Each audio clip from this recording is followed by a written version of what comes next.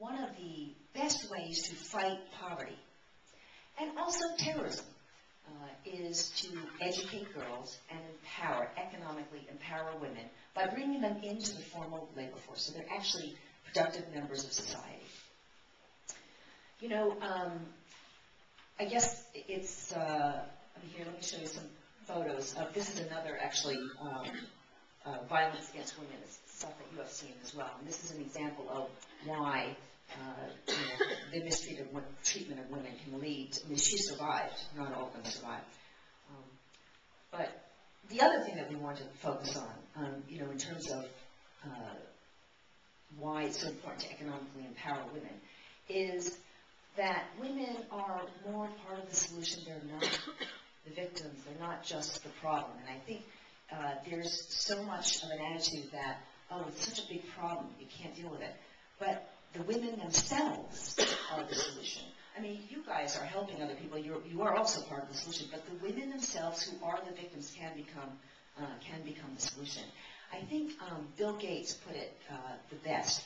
He was in Saudi Arabia, giving a talk very similar to the audience here. Although here it's mostly women. In Saudi Arabia, he was in an auditorium, and 2/3 of the audience were men. And there was actually a barricade. And then on the other side was women. They were totally covered, but there was a small group of women there. And there was a man who got up and asked a question and said, you know, Mr. Gates, in Saudi Arabia, we have as one of our goals, top goals, to be one of the top 10 countries when it comes to technology. Do you think we'll get there? As he stared out at the sea of males, he said, you know, if you're not going to fully utilize the resources of half your country, there's no way you will get anywhere near the top 10. So this is Bill of Arabia. He really put it well. I mean, that's exactly why it's so important to think of women as a resource, as a solution, not as a victim. So what would a map of the challenges look like? What would an agenda look like? At the top of the agenda, we think, has to be sex trafficking, forced prostitution.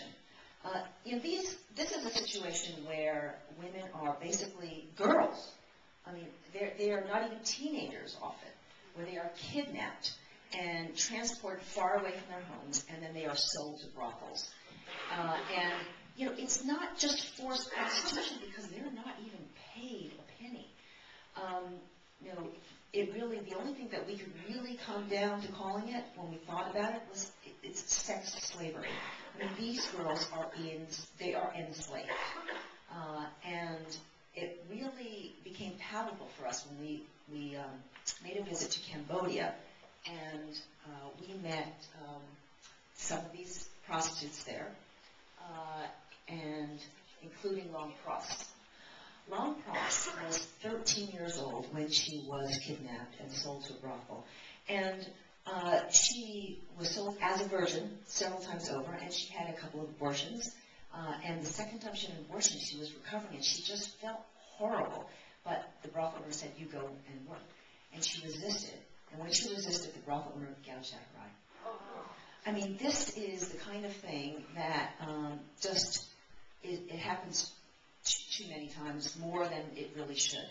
And so we thought that this is something that really you can't walk away from. You just can't walk away from. Let me put this back up here.